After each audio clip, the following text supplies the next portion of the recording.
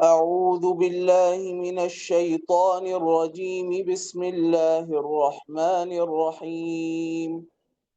يسبح لله ما في السماوات وما في الأرض، له الملك وله الحمد وهو على كل شيء قدير.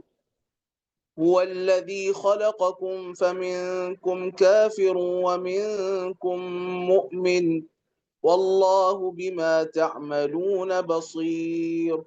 خلق السماوات والأرض بالحق وصوركم فأحسن صوركم وإليه المصير.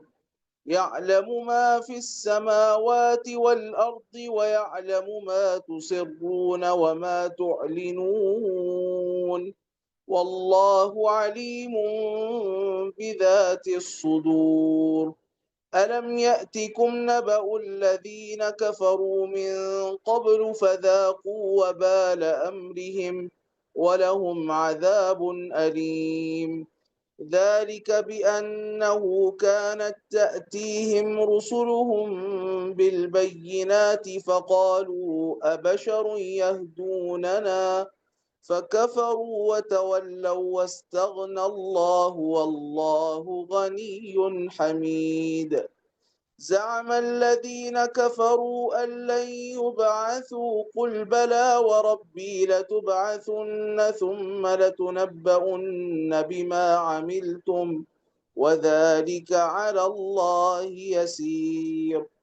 فآمنوا بالله ورسوله والنور الذي أنزلنا، والله بما تعملون خبير. يوم يجمعكم ليوم الجمع، ذلك يوم التغاب. ومن يؤمن بالله ويعمل صالحا يكفر عنه سيئاته ويدخله جنات تجري من تحتها الأنهار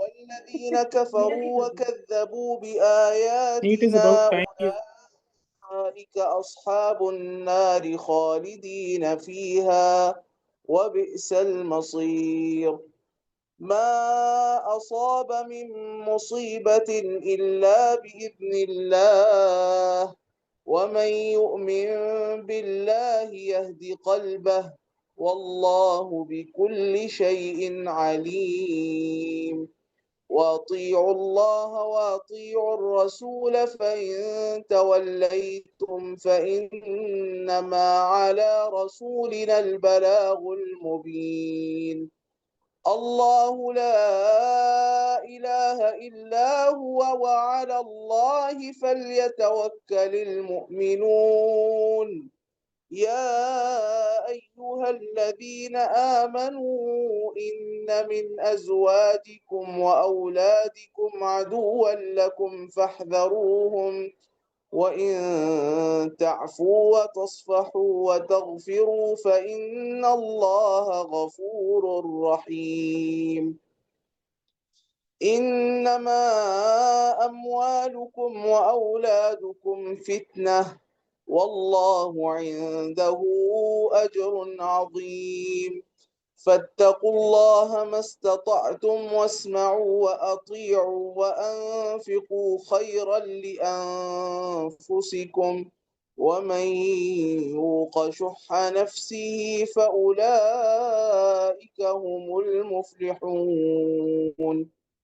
إن تقرضوا الله قرضا حسنا يضاعفه لكم ويغفر لكم، والله شكور حليم. عالم الغيب والشهادة العزيز الحكيم.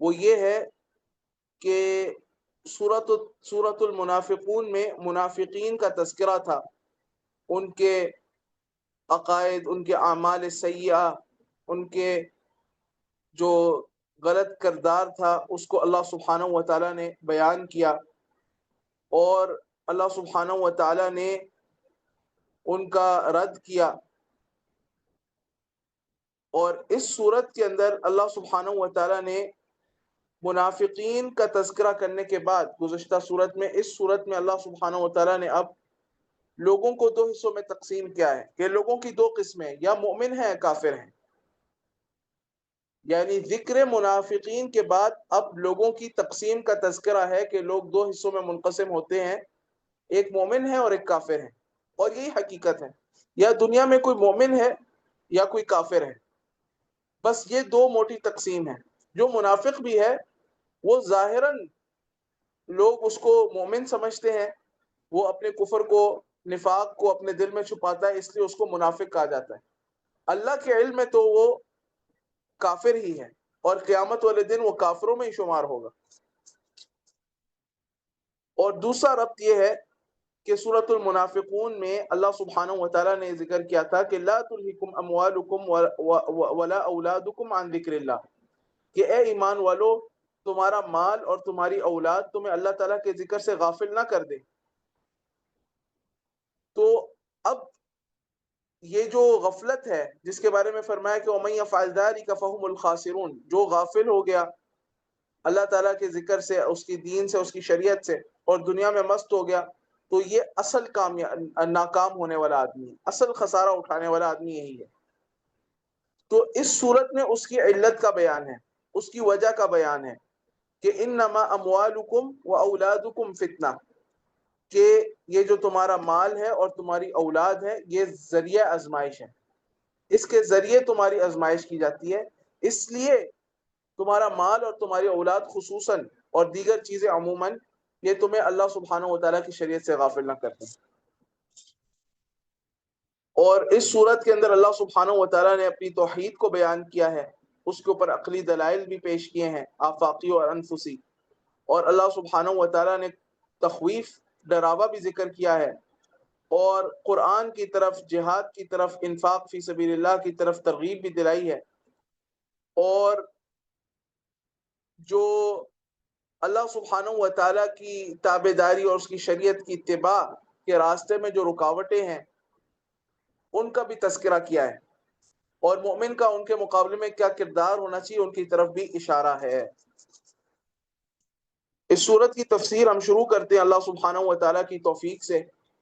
اللہ سبحانہ و تعالیٰ بیان کرتا ہے، بسم اللہ الرحمن الرحیم، یسبح للہ ما فی السماوات وما فی الارض۔ یسبح، تسبیح بیان کر رہی ہے، پاکی بیان کر رہی ہے، للہ، اللہ کے لیے، ما فی السماوات وما فی الارض، ہر وہ مخلوق، یہ جو ما ہے نا عربی زبان میں، اس میں عموم پایا جاتا ہے، ہر وہ مخلوق جو آسمانوں میں ہے، وما فی الارض، اور ہر وہ مخلوق جو زمین میں ہے، یعنی زمین اور آسمان کی ہر مخلوق، زمین اور آسمان کی ہر مخلوق، زمین اور آسمان کے سمیت، وہ اللہ سبحانہ و تعالیٰ کی تسبیح بیان کر رہی ہے۔ تسبیح کسے کہتے ہیں؟ اللہ سبحانہ و تعالیٰ کو پاک قرار دینا، وہ اس بات کی گواہی دے رہی ہے کہ اللہ سبحانہ و تعالیٰ ہر عیب سے پاک ہے، اللہ سبحانہ و تعالیٰ کا کوئی شریک نہیں ہے۔ مشرکین اللہ سبحانہ و تعالیٰ کا جو شریک ٹھہراتے ہیں غیر اللہ کو، اللہ سبحانہ و تعالیٰ اس سے پاک ہے، بے نیاز ہے، اس سے منزہ ہے۔ زمین و آسمان کی تمام تر مخلوق اللہ تعالیٰ کی توحید کی گواہی دے رہے ہیں۔ تسبیح در حقیقت اللہ تعالیٰ کی توحید کا بیان ہے۔ تو یسبح للہ ما فی السماوات وما فی الارض، اس آیت کے اس حصے میں اللہ سبحانہ و تعالیٰ نے اپنی توحید کا بیان کیا ہے، یہ بیان توحید ہے۔ اگر آپ لکھنا چاہیں تو آپ لکھ سکتے ہیں کہ سورۃ التغابن کی جو پہلی آیت کا جو حصہ ہے، یسبح للہ ما فی السماوات وما فی الارض، اس میں اللہ سبحانہ و تعالیٰ کی توحید کا بیان ہے، اللہ سبحانہ و تعالیٰ کی توحید اور اللہ سبحانہ و تعالیٰ کی عظمت کا بیان ہے کہ زمین و آسمان کی ہر مخلوق اس بات کی گواہی دے رہی ہے کہ اللہ سبحانہ و تعالیٰ تمام عیوب سے پاک ہے، اس کی ذات میں، اس کی صفات میں، اس کے افعال میں کوئی نقص نہیں ہے، کوئی کمی نہیں ہے، بلکہ اللہ سبحانہ و تعالیٰ کی ذات وہ کامل و اکمل ذات ہے، اس کا علم کامل ہے، اس کی قدرت کامل ہے، اس کی حکومت کامل ہے، اس کا کلام کامل ہے، اس کی تمام تر صفات، اس کی تمام تر افعال وہ اس میں کمال پایا جاتا ہے، اور تمام مخلوقات اس کی گواہی دے رہی ہے۔ اور اس کے بعد فرمایا کہ لہو ملک السماوات، لہو الملک ولہ الحمد۔ یہ دیکھیں اس میں تقدیم و تاخیر ہے، اصل میں تھا الملک لہو والحمد لہو، لیکن کہا لہو الملک ولہ الحمد۔ تقدیم و تاخیر سے کلام میں حصر پیدا ہو جاتا ہے، یہاں پر بھی حصر کا مفہوم ہے، یعنی کیا ترجمہ کریں گے لہو الملک کا؟ یہ ترجمہ کریں گے کہ اسی کے لیے ہی خاص ہے تمام تر بادشاہی، وَلَهُ الْحَمْدُ، اور اسی کے لیے ہی خاص ہے تمام تر تعریف، تمام تر حمد۔ زمین و آسمان میں صرف اور صرف اللہ سبحانہ و تعالیٰ کی بادشاہی، اللہ تعالیٰ کی ملکیت میں کل کائنات ہے، اور اللہ سبحانہ و تعالیٰ ہی کا تصرف پوری کائنات پر چلتا ہے۔ اللہ کے ماں سوا کوئی ایسی ہستی نہیں ہے، چاہے وہ جن ہو، فرشتہ ہو، نبی ہو، ولی ہو، حجر ہو، شجر ہو، سورج، چاند، کوئی مخلوق، بڑی سے بڑی مخلوق وہ ایسی نہیں ہے کہ جو پوری کائنات کی ہر ذرے کی، ہر چیز کی مالک ہو اور ہر چیز پر اس کا حکم چلتا ہو۔ صرف اللہ وحدہ لا شریک کی ذات ہے جو پوری کائنات کی مالک ہے۔ وَلَهُ الْحَمْدُ، اور تمام تر تعریف بھی اسی کے لیے ہے۔ حمد کسے کہتے ہیں؟ صفات کمال پر خوبی کا بیان کرنا، صفات کمال پر، خوبیوں والی صفات پر تعریف کے کلمات کہنا، یہ حمد کہلاتا ہے۔ تو وَلَهُ الْحَمْدُ، اور تمام تر جو حمد ہے وہ اللہ سبحانہ و تعالیٰ ہی کے لیے ہے۔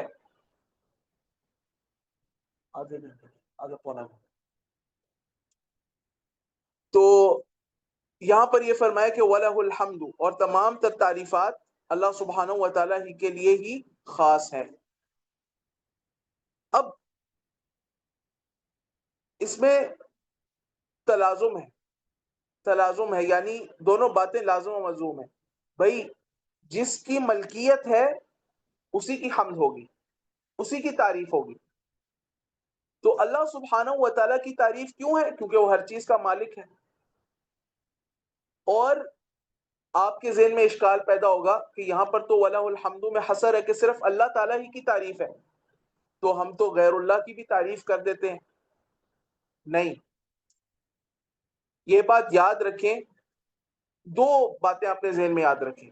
نمبر ایک، ہم جو غیر اللہ کی تعریف کرتے ہیں، کسی نے کوئی اچھا کام کیا ہم اس پر تعریف کر دیتے ہیں، یہ ادھوری اور ناقص تعریف ہے، یہ جزوی تعریف ہے۔ کسی کی جزوی تعریف کرنا یہ جائز ہے، البتہ کمال مطلق پر تعریف کرنا یہ صرف اللہ سبحانہ و تعالیٰ کا استحقاق ہے۔ اور کامل حمد، مکمل طور پر حمد کرنا، یعنی یہ قرار دینا کہ فلاں ذات ہر اعتبار سے کامل ہے، یہی کامل حمد ہے نا۔ یہ جو حمد کا کمال ہے یہ اللہ سبحانہ و تعالیٰ کی ذات کے لیے خاص ہے۔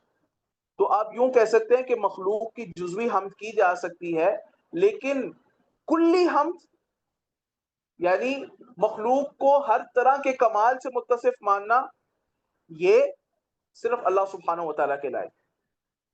لَهُ الْمُلْكُ وَلَهُ الْحَمْدُ وَهُوَ عَلَى كُلِّ شَيْءٍ قدیر، اور وہ اللہ عَلَى كُلِّ شَيْءٍ، ہر چیز پر، قدیر، خوب قدرت رکھنے والا ہے۔ قدیر میں مبالغہ ہے، فعیل کے وزن پر ہے، اس میں مبالغہ پایا جاتا ہے، یعنی خوب قدرت رکھنے والا ہے۔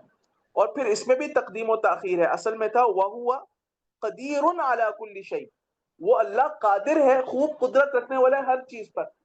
لیکن یہاں پر علی کل شیء کو مقدم کیا یہ بتانے کے لیے کہ اللہ سبحانہ و تعالیٰ کی قدرت سے کوئی چیز باہر نہیں ہے. اللہ سبحانہ و تعالیٰ ہر چیز پر قادر ہے. کوئی ایسی چیز نہیں جو اللہ تعالیٰ کے لیے محال ہو، اس کے لیے ناممکن ہو. اللہ سبحانہ و تعالیٰ ہر چیز پر قادر ہے. وَهُوَ عَلَى كُلِّ شَيْءٍ قَدِيرٌ. اس کے بعد فرمایا هُوَ الَّذِي خَلَقَكُمْ، وہی ذات ہے جس نے تمہیں پیدا کیا. خلق کہتے ہیں عدم سے وجود میں لانا.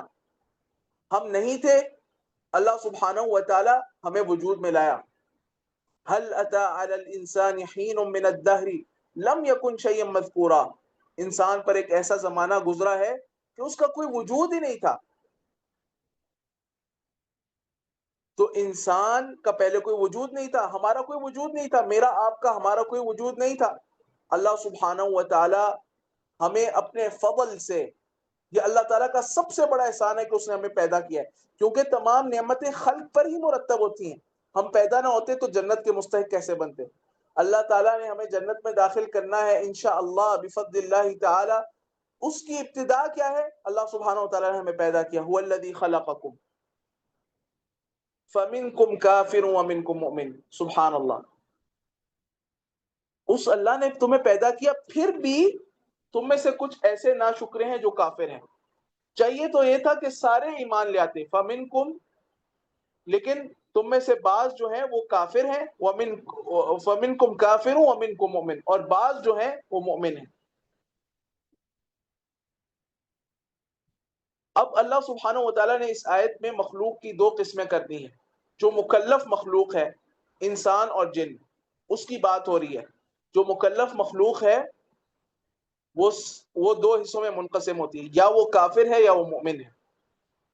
واللہ بما تعملون بصیر، اور اللہ سبحانہ و تعالی خوب دیکھ رہا ہے اس کو جو تم عمل کر رہے ہو. یہ بھی اصل میں تقدیم و تاخیر ہے. اصل میں تھا واللہ بصیر بما تعملون، لیکن اللہ تعالیٰ نے بما تعملون کو مقدم کیا اس کے اہتمام کو ظاہر کرنے کے لیے کہ جو بھی تم عمل کر رہے ہو یہ نہ سمجھنا کہ اللہ سبحانہ و تعالیٰ سے پوشیدہ ہو، بلکہ اللہ سبحانہ و تعالیٰ خوب باخبر ہے، اس کو دیکھ رہا ہے. اس کے بعد اللہ تعالیٰ نے ذکر کیا، یہاں پر میں بات ذکر کر دوں کہ انسان جو بھی عمل کر رہا ہے، چاہے خلوت میں کر رہا ہے، چاہے جلوت میں کر رہا ہے، چاہے لوگوں کے سامنے کر رہا ہے، چاہے تنہائی میں کر رہا ہے، اللہ سبحانہ و تعالیٰ دیکھ رہا ہے انسان کو. اللہ سبحانہ و تعالیٰ انسان کو دیکھ رہا ہے. اللہ سبحانہ و تعالیٰ سے جو حیا ہے، اگر ہمارا اللہ تعالیٰ کی صفت پر ایمان ہے کہ اللہ تعالیٰ دیکھنے والا ہے اور اللہ تعالیٰ کی نگاہوں کے سامنے ہوتے ہیں ہم، تو پھر ہمیں حیا آنی چاہیے اللہ تعالیٰ کی نافرمانی کرتے ہوئے. کامل ایمان کا تقاضا یہ ہے کہ انسان کو اتنی حیا ہو اللہ سبحانہ و تعالیٰ سے کہ انسان اللہ تعالیٰ کی نافرمانی پر جرأت نہ کر سکے. اور نافرمانی صرف یہ نہیں ہے کہ انسان گناہ کا ارتکاب کرے، معصیت کا ارتکاب کرے، بلکہ نافرمانی یہ بھی ہے کہ انسان اللہ تعالیٰ کے فرائض کو ترک کر دے. اس کے بعد فرمایا کہ خلق السماوات والارض بالحق، اسی نے پیدا کیا ہے آسمانوں کو اور زمین کو بالحق، حق کے ساتھ. یہاں پر حق کا معنی کیا کریں گے؟ بالحکمہ، حکمت کے ساتھ. یعنی آسمان و زمین، یہ جو پورا نظام ہے، پوری کائنات ہے، کیا اللہ سبحانہ و تعالیٰ نے اس کو عبث بنایا ہے؟ نہیں، بالحق اللہ تعالیٰ نے اس کو حکمت کے تحت بنایا ہے.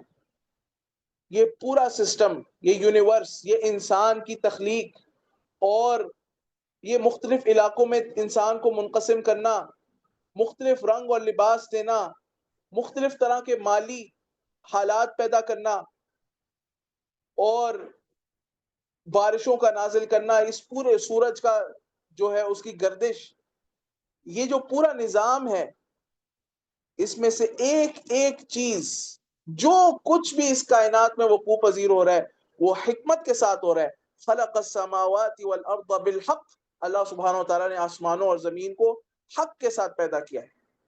وصورکم، اور اس نے تمہاری صورتیں بنائی. فاحسن صورکم، یہ اللہ تعالیٰ اپنے احسان خاص کا ذکر کر رہے ہیں کہ اے انسان تمہیں ہم نے کتنا پیارا بنایا ہے. فاحسن صورکم، تمہاری شکل کو کتنا اچھا بنایا ہے.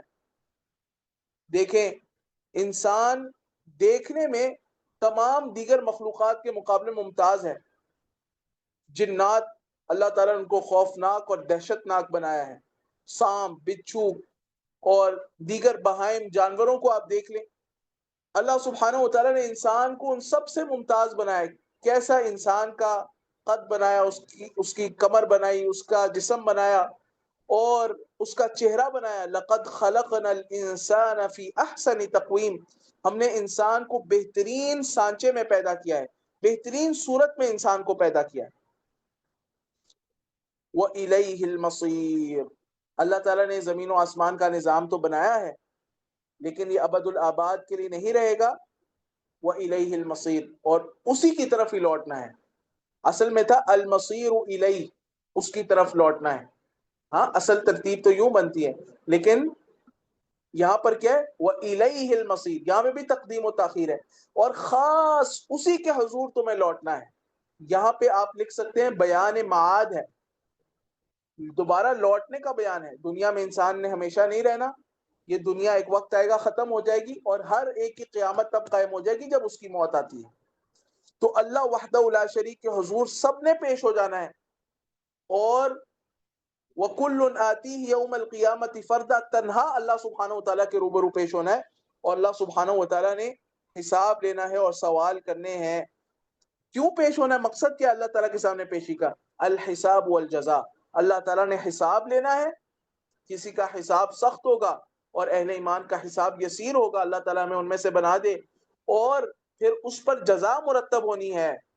اللہ تعالیٰ کسی کو جہنم کا مستحق بنا دے گا اس کی کفر اور نافرمانی کی وجہ سے، اور کسی کو جنتوں کا راہی بنا دے گا اس کی اطاعت اور فرمانبرداری کی وجہ سے، اس کے ایمان کی وجہ سے.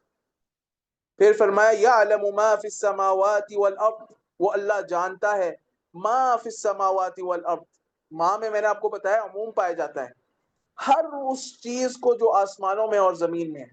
کوئی چیز اللہ تعالیٰ سے پوشیدہ نہیں ہے. آسمان و زمین کی تمام تر امور اللہ سبحانہ و تعالیٰ جانتا ہے.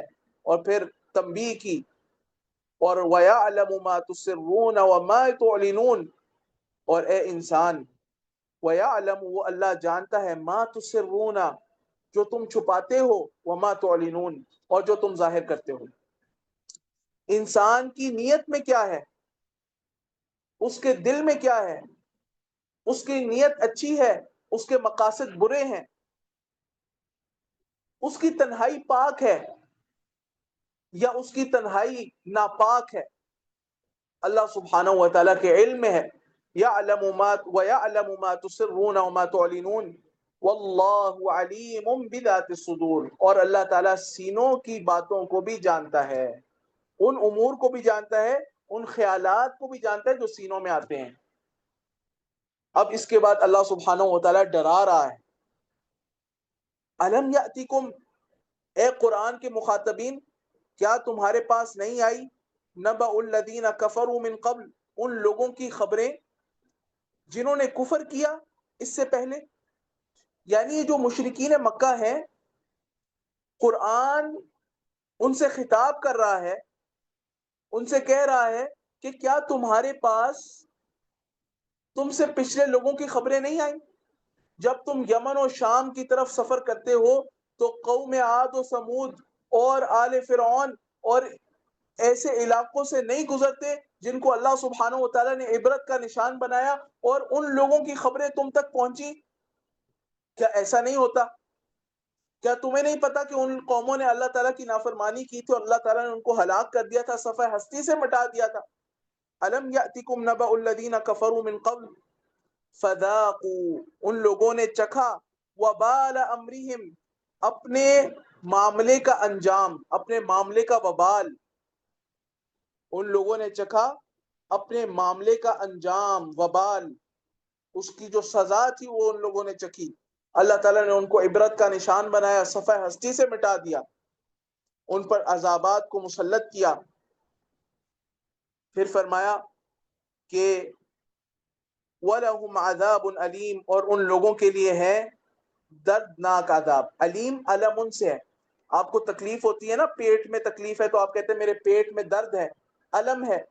میرے سر میں درد ہے یعنی الم ہے، علیم اس میں مبالغہ ہے، دردناک عذاب، ایسا عذاب اللہ تعالیٰ نے ان لوگوں کے لیے تیار کیا ہے جس میں ان کی تکلیف میں اضافہ ہی ہوتا رہے گا، اور ان کے ظاہری طور پر جسم میں بھی درد ہوگی اس عذاب کی وجہ سے، اور ان کے دل میں بھی درد ہوگی، باطناً بھی درد ہوگی، حسی طور پر بھی درد ہوگی، روحانی طور پر بھی تکلیف میں ہوں گے۔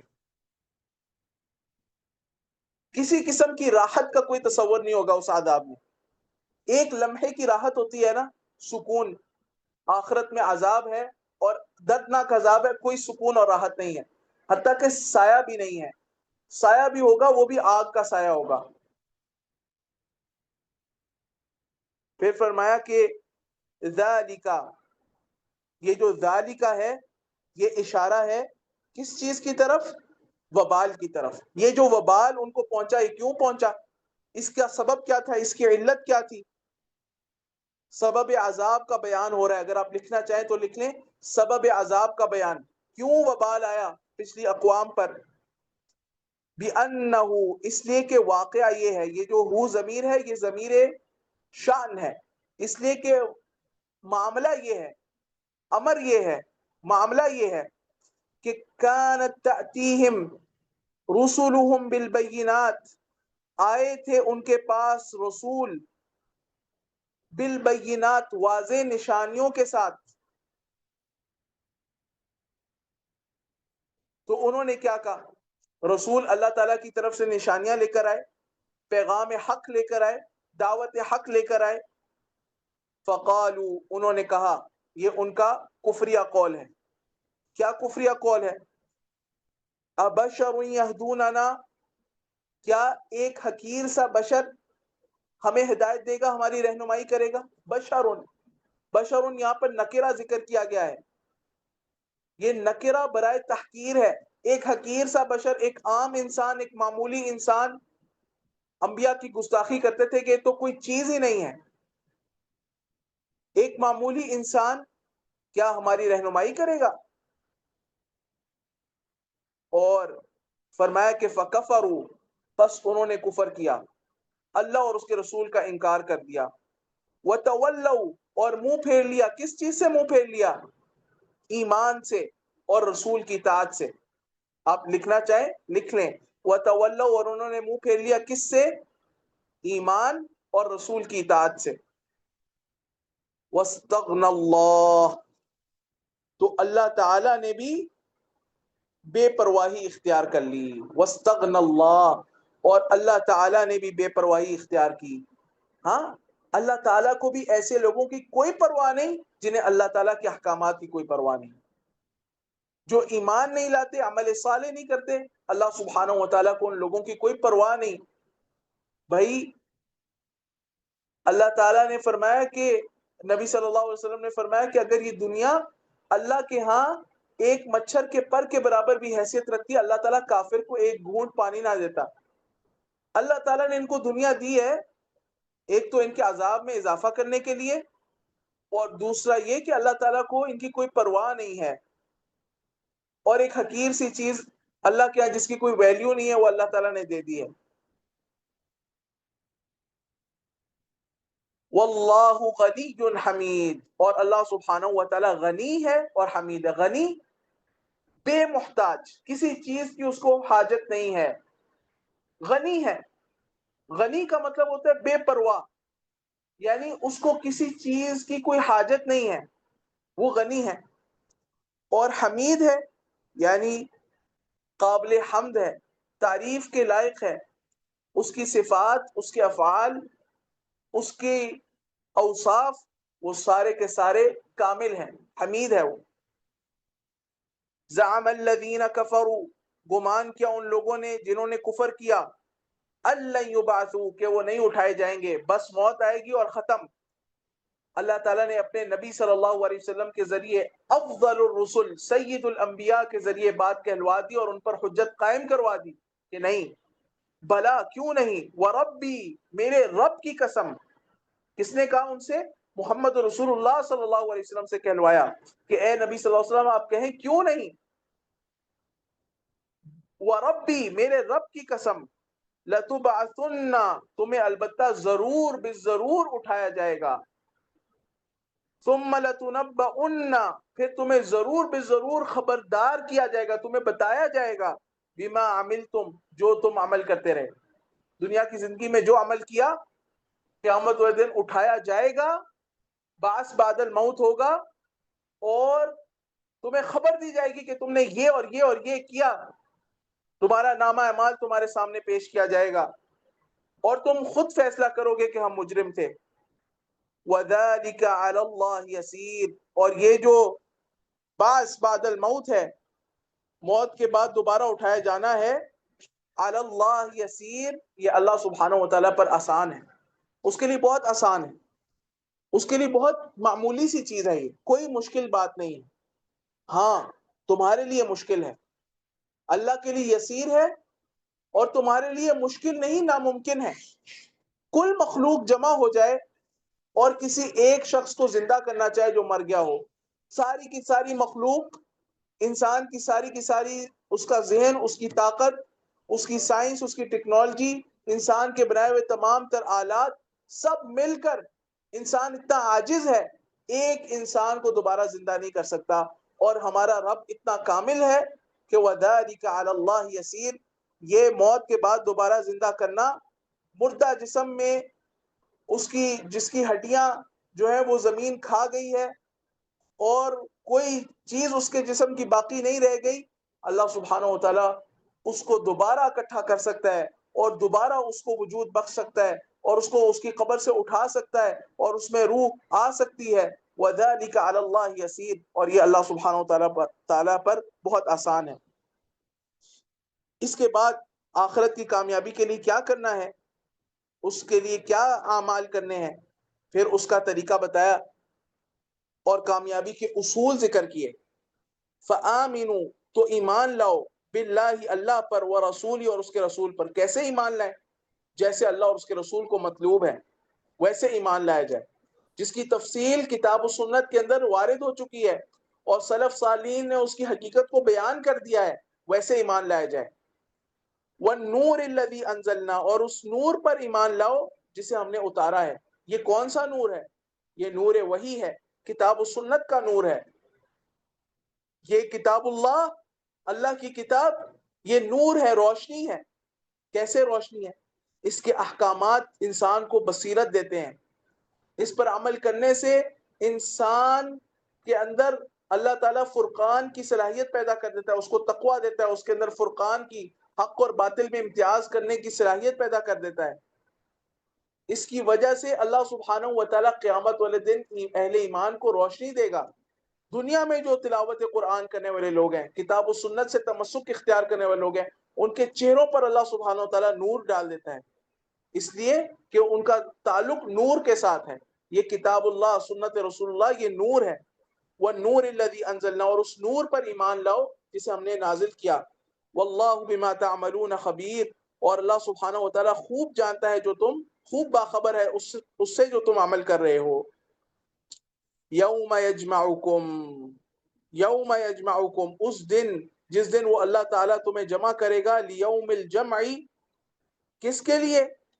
ہاں جمع والے دن میں، یوم یجمعکم لیوم الجمع یاد کرو اس دن کو جس دن اللہ سبحانہ وتعالیٰ تمہیں اکٹھے ہونے والے دن میں جمع کرے گا، جس دن تمام اولین و آخرین جمع ہو جائیں گے، اس لیے اس کو یوم الجمع کہا جاتا ہے۔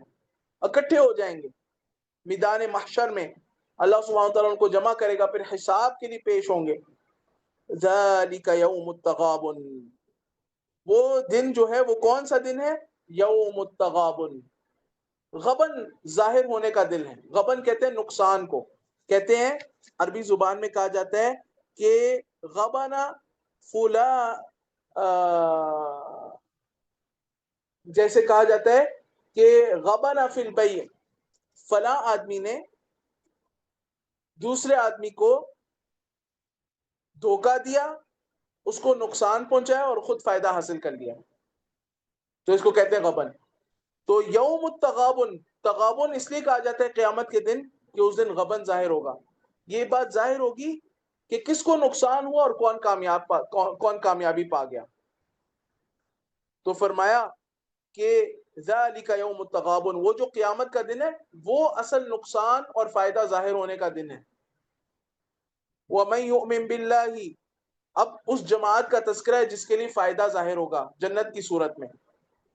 وَمَن يُؤْمِن بِاللَّهِ، اور وہ لوگ جو ایمان لائیں اللہ پر، وَيَعْمَلْ صَالِحًا، اور انہوں نے نیک عمل کیے، يُكَفِّرْ عَنْهُ سَيِّئَاتِهِ، اللہ سبحانہ و تعالی مٹا دے گا ان کے گناہوں کو اللہ تعالیٰ مٹا دے گا. اس لیے کہ قاعدہ ہے ان الحسنات یذھبن السیئات، نیکیاں گناہوں کو مٹا دیتی ہیں. گناہ مٹ گئے تو گناہ کے اثرات اور نتائج بھی ختم ہو گئے، اللہ تعالیٰ کی ناراضگی ختم ہو گئی. وَيُدْخِلْهُ جَنَّاتٍ تَجْرِي مِن تَحْتِهَا الْأَنْهَارُ، اور اللہ تعالیٰ ان کو داخل کرے گا ایسے باغات میں جن کے نیچے نہریں بہتی ہیں، جن کے محلات، جن کے درختوں کے تابع نہریں جاری ہیں. خالدین فیہا، صرف داخل نہیں کرے گا، یہ اس میں ہمیشہ ہمیش رہیں گے، ابد الآباد کے لیے رہیں گے. خالدین فیہا ابدا، ذالک الفوز العظیم، یہی سب سے بڑی کامیابی ہے، یہی بہت بڑی کامیابی ہے، یہی اصل کامیابی ہے. اصل کامیابی یہی ہے کہ انسان جنت الفردوس کا راہی بن جائے، جنت میں داخل ہو جائے.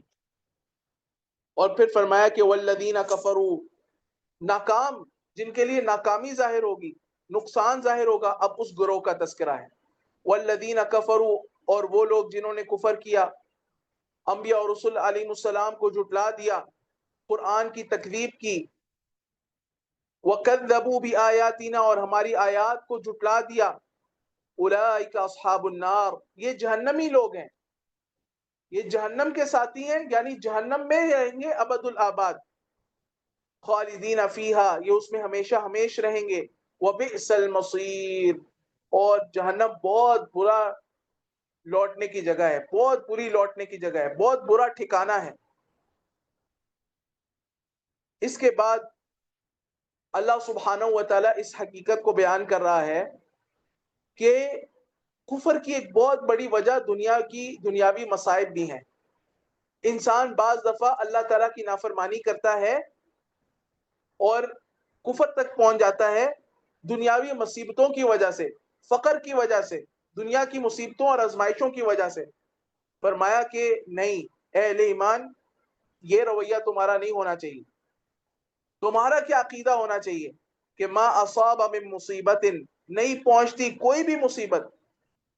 اللہ تعالیٰ فرما رہا ہے ما اصاب من مصیبت، نہیں پہنچتی کوئی بھی مصیبت. مصیبت یہاں نکرہ ہے، کوئی بھی مصیبت،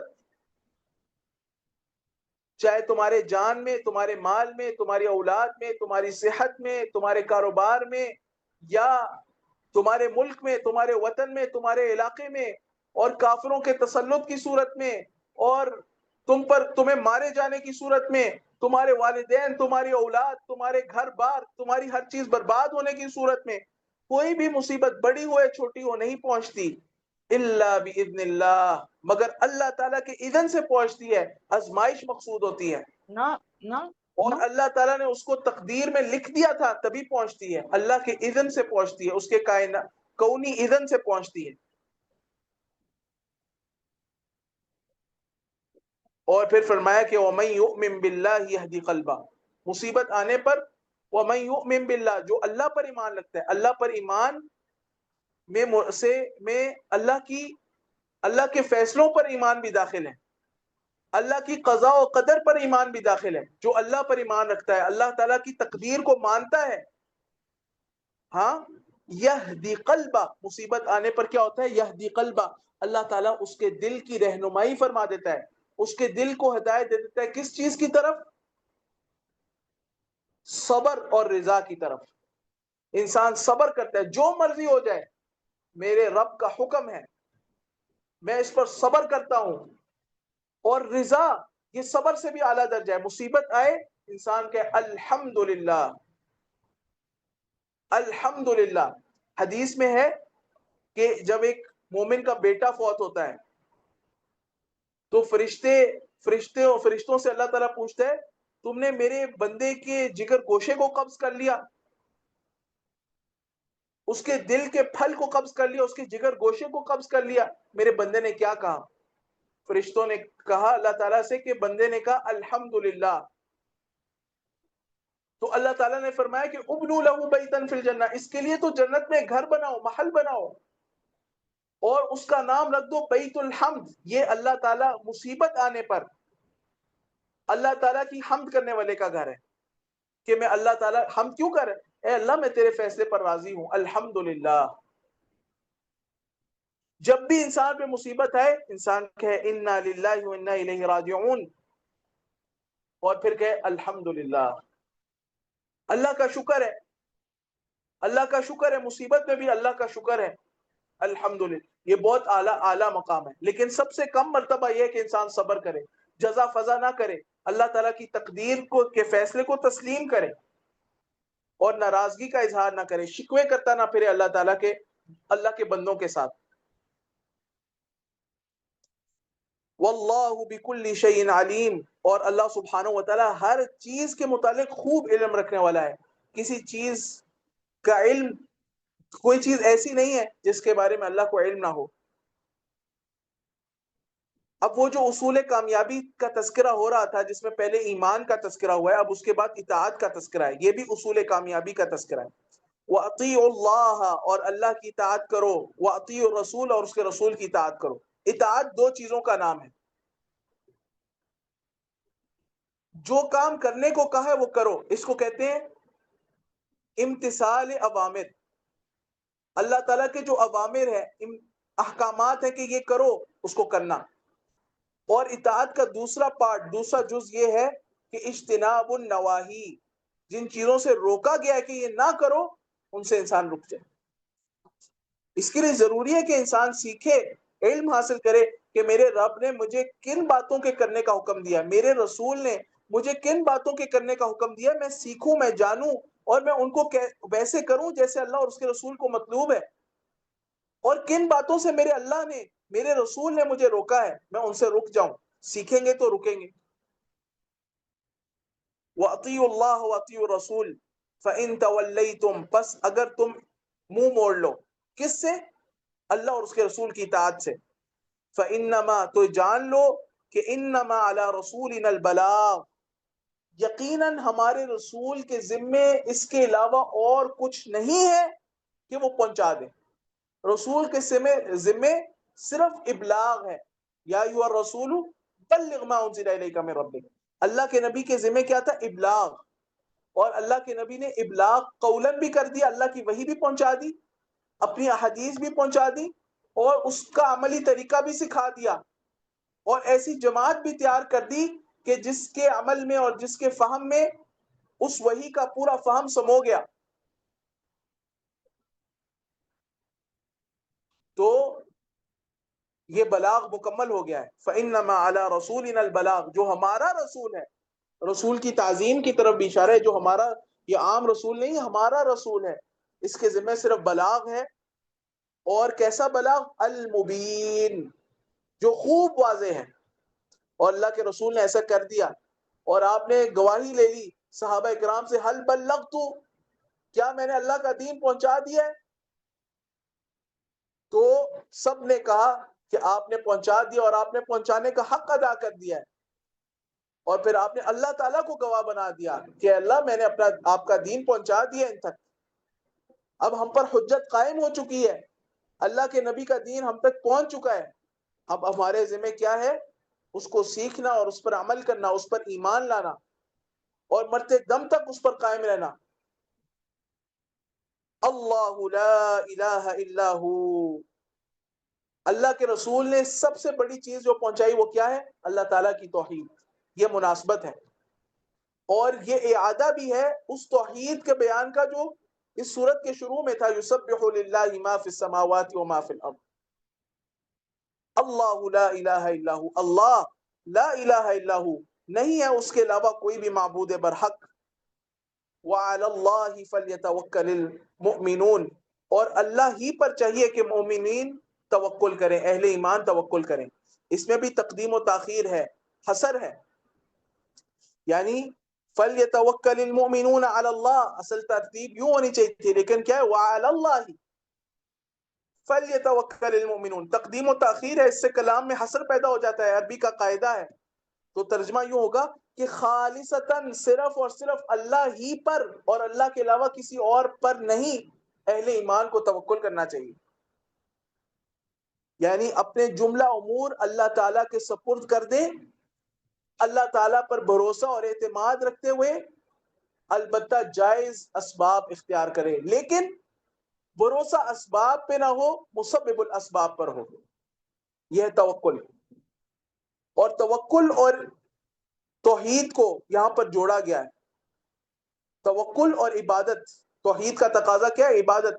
توکل اور عبادت کو جوڑا گیا ہے اس لیے کہ انسان اپنی عبادت میں بھی اللہ تعالیٰ کا محتاج ہے، اس کی توفیق کا محتاج ہے. اس پر توکل کرے گا اور اپنی انانیت ختم کرے گا اور اپنے اندر سے عجب نکالے گا، پھر ہی وہ عبادت کر سکے گا جو اللہ تعالیٰ کو مطلوب ہے. اس کے بعد فرمایا کہ یا ایھا الذین آمنوا، اے وہ لوگوں جو ایمان لائے ہو، ان من ازواجکم واولادکم عدوا لکم، بے شک تمہاری بیویوں میں سے بعض، ان من ازواجکم، بے شک تمہاری بیویوں میں سے بعض، یہ جو من ہے تبعیض کے لیے، بعض کے معنی میں، واولادکم، اور تمہاری اولاد میں سے بعض، عدوا لکم، تمہارے دشمن ہیں. سبحان اللہ. انسان کی بیویوں میں سے اور انسان کی اولادوں میں سے، اور ازواج کا لفظ عام ہے یعنی بیویوں کے لیے خاوند میں سے، بعض یعنی زوجین میں سے بعض ایک دوسرے کے لیے، اور اولاد میں سے بعض اولاد اپنے والدین کے لیے. وہ کیا ہوتی ہے؟ عدو ہوتی ہے، دشمن ہوتی ہے. یہ جو دشمنی ہے یہ دینی بھی ہو سکتی ہے اور دنیاوی بھی ہو سکتی ہے. دینی دشمنی یہ ہے کہ مثال کے طور پر ایک انسان ہے، وہ دیندار ہے لیکن اس کی بیوی دین پر نہیں ہے، وہ کہتی ہے میں پردہ نہیں کروں گی، میں گانے سنوں گی، میں فلمیں دیکھوں گی، میرے ساتھ بیٹھ کر مووی دیکھو، میرے ساتھ فلم دیکھو، موسیقی سنو، اور نافرمانی کے کاموں کی طرف بلاتی ہے. اور جو دیندار آدمی ہے اس کو اللہ تعالیٰ نے کہا فاحذروہم، ایسی اولاد سے جن کی وجہ سے تمہیں جو اللہ تعالیٰ کی نافرمانی پر مجبور کریں، فاحذروہم، ان سے ہوشیار رہو، ہوشیار رہو. یعنی کہ اس میں ان کا ساتھ نہ دو، محتاط رہو، اپنے دین کو بچاؤ، یہ تمہارے دشمن ہیں. انسان کو محبت ہوتی ہے اس لیے انسان پھسل جاتا ہے، لیکن محبت رکھنی ہے، لیکن وہ دینی دشمنی ہے اس لیے محتاط رہنا ہے، کہیں تمہارے دین کو نقصان نہ پہنچا دیں. اور دنیاوی دشمنی کبھی ایسی ہوتی ہے کہ واقعتاً حقیقتاً اولاد اور بعض بیویاں، وہ والدین کے نام، بیویاں اپنے خاوند کی یا خاوند بیویوں کی، یا اولاد والدین کی نافرمان ہو جاتی ہے اور بغاوت میں اتر آتی ہے اور حقیقی دشمنی وجود میں آ جاتی ہے. لیکن اللہ تعالیٰ نے کہا کہ دشمن تو ہیں، دشمنی ہو سکتی ہے بعض صورتوں میں، چاہے دینی ہو یا دنیاوی ہو، ظاہری ہو یا معنوی ہو، دشمنی تو ہو سکتی ہے، لیکن میں تمہیں صرف احتیاط کا حکم دے رہا ہوں کہ محتاط رہو. باقی عملی رویہ کیا کرنا ہے؟ وَإِن تَعْفُوا، اگر تم معاف کرو. معاف کا مطلب کیا ہے؟ اس چیز کو درگزر کر دو. وَاصْفَحُوا، اور بدلہ نہ لو. صف کہتے ہیں درگزر کرنا، بدلہ لینے کا. تو عفو کے بعد صف کا ذکر ہے، تو عفو کا مطلب ہو گیا کہ ان کو معاف کر دو اپنے دل میں، اور صف کا کیا مطلب ہے؟ بدلہ نہ لو، کچھ نہ کو، جوابی کاروائی نہ کرو. اور تیسری چیز کیا فرمائی کہ وَتَغْفِرُوا، اور ان کو بخش دو. یعنی اپنے مکمل طور پر ان کو معاف کر دو، اس پر پردہ ڈال دو، جیسے کچھ ہوا ہی نہیں، دیکھا اندیکھا، سنا انسنا کر دو. اور اس کے ساتھ ساتھ اصلاح کا کام جاری رکھو، دعوت کا کام جاری رکھو، پیار سے، محبت سے، ناصحانہ طور پر. ہمدردی کے ساتھ سمجھاتے رہو سمجھاتے رہو سمجھاتے رہو. تو فإن اللہ غفور رحیم، بے شک اللہ تعالیٰ مغفرت فرمانے والا ہے، رحم کرنے والا ہے. مغفرت اور رحم کا کیا تعلق ہے؟ یعنی تم سے جو گناہ ہوں گے اللہ تعالیٰ انہیں معاف کر دے گا، اور رحیم ہے، آئندہ زندگی میں تمہیں اپنی اطاعت کی توفیق دے گا.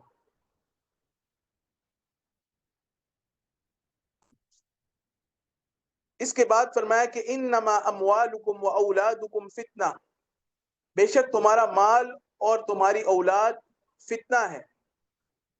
بے شک تمہارا مال اور تمہاری اولاد وہ فتنہ ہے، یعنی فتنے کا ذریعہ ہے.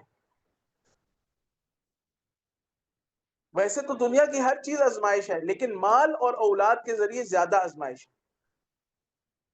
واللہ عندہ اجر عظیم، اور اللہ تعالیٰ کے ہاں اجر عظیم ہے. ان کی وجہ سے اللہ تعالیٰ کی نافرمانی نہ کرو، اللہ تعالیٰ کی اطاعت کرتے رہو، اللہ تعالیٰ تمہیں سب سے بڑا اجر دے گا، اجر عظیم دے گا جو جنت ہے. اور پھر کامیابی کے اصولوں کا تذکرہ دوبارہ کیا کہ فاتقوا اللہ ما استطعتم، کامیابی چاہتے ہو آخرت میں، فاتقوا اللہ ما استطعتم، اللہ تعالیٰ کا تقوی اختیار کرتے رہو. ما استطعتم، تقوی ایک دائمی امر ہے، دائمی حکم ہے، اپنی استطاعت کے بقدر اللہ تعالیٰ کا تقوی اختیار کرتے رہو. واسمعوا، اور شریعت کی جو باتیں انہیں خوب سنو غور سے. واسمعوا، اور سنو. واطیعوا، اور اطاعت کرو، یعنی ماننے کے لیے سنو. جب انسان دین کی بات سنے اس قصد سے اور اس ارادے سنے کہ میں اللہ کی رضا چاہتا ہوں، اللہ کے دین پر عمل کرنا چاہتا ہوں. واسمعوا، سنو. یہ سننے سے اعراض کرنا، علم سے بھاگنا،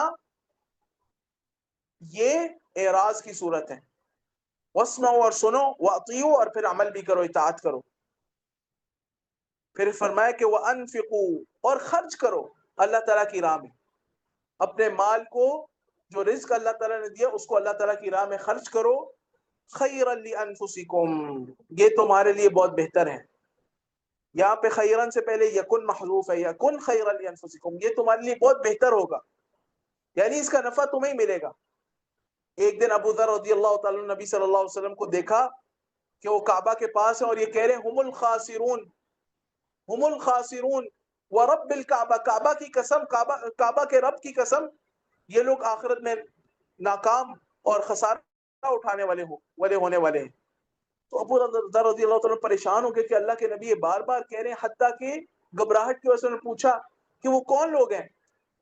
تو آپ صلی اللہ علیہ وسلم نے فرمایا کہ جن کو دنیا میں بہت زیادہ مال دیا گیا ہے، اکثرهم مالا، جن کو دنیا میں بہت، هم الاکثرون مالا، جن کو دنیا میں بہت زیادہ مال دیا ہے اللہ تعالیٰ نے، الا، سوائے ان لوگوں کے جو ہاں الا ما قالوا هكذا وهكذا وهكذا او كما قال النبي علیہ الصلوۃ والسلام، سوائے وہ جو اس طرح اور اس طرح، یعنی بھر بھر کے اللہ کی راہ میں خرچ کرے اپنا مال، بھر بھر کے اللہ سبحانہ و تعالیٰ کی راہ میں اپنا مال خرچ کر دے. تو فرمایا اس کے بعد کہ تمہارے لیے بہت بہتر ہے. پھر فرمایا کہ وَمَن يُوقَ شُحَّ نَفْسِهِ، جو نفس کے طبعی بخل سے بچا لیا گیا. ہر نفس میں اللہ تعالیٰ نے بخل رکھا ہے، وہ موجود ہوتا ہے طبعاً. مضموم یہ ہے کہ انسان اس کے تقاضوں پر عمل کرے، بالفعل کنجوس بن جائے.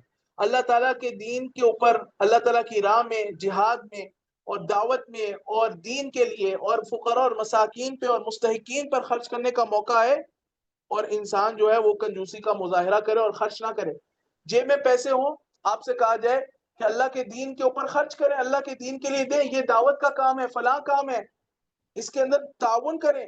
آپ کے جیب میں پیسے ہیں اور آپ خرچ نہ کریں، یہ بخیلی ہے. جو اس سے بچا لیا گیا، وَمَن يُوقَ شُحَّ نَفْسِهِ، جو اپنے نفس کے بخل سے بچا لیا گیا، فَأُولَٰئِكَ هُمُ الْمُفْلِحُونَ، تو یہی لوگ کامیاب ہونے والے، اصل کامیابی انہی کو ملے گی. پھر فرمایا کہ ان تقرض اللہ قرضا حسنا، اگر تم اللہ تعالیٰ کو بطور قرض دو، عمدہ قرض، قرضا حسنا، بہترین خوبصورت قرض. اب اللہ تعالیٰ کے راستے میں جو انسان مال خرچ کر رہا ہے اس کو اللہ تعالیٰ یہاں پر قرض سے تعبیر کر رہا ہے. قرض وہ ہوتا ہے جو جس کو آپ نے قرض دیا ہے اس کے ذمے وہ اس کی ادائیگی لازم ہوتی ہے. یعنی اللہ تعالیٰ کہہ رہا ہے کہ مجھے دنیا میں دے دو، میں دنیا و آخرت میں اس سے زیادہ دگنا چگنا کر کے واپس لوٹاؤں گا. یضاعف لکم، اللہ تعالیٰ اس میں تمہارے لیے اس کو بڑھا دے گا تمہارے لیے، دنیا میں بھی واپس پلٹائے گا زیادہ دگنا چگنا کر کے.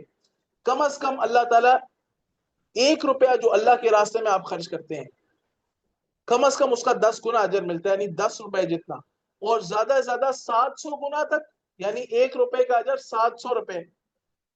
جیسے آپ نے 700 روپے اللہ کی راہ میں خرچ کیے، یا اس سے بھی زیادہ جس کے لیے اللہ تعالیٰ چاہے اس سے زیادہ بڑھا دے، اور وہ تو کوئی اس کی مقدار ہی نہیں ہے.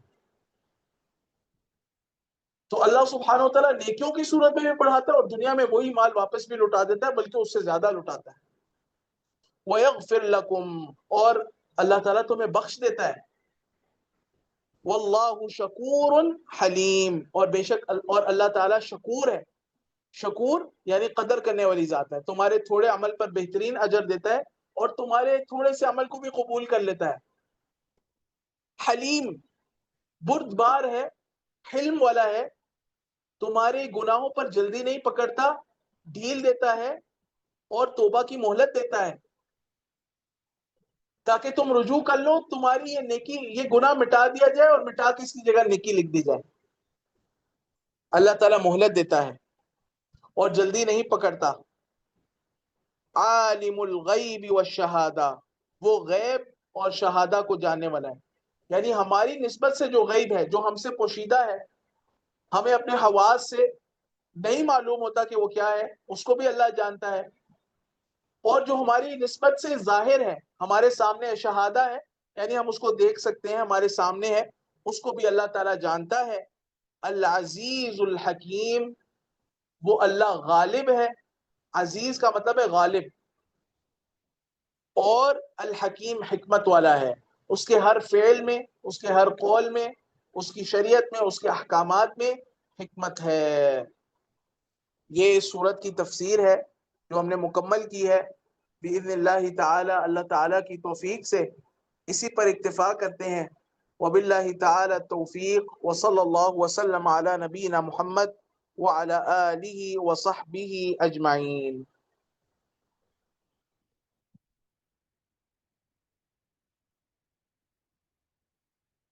السلام علیکم.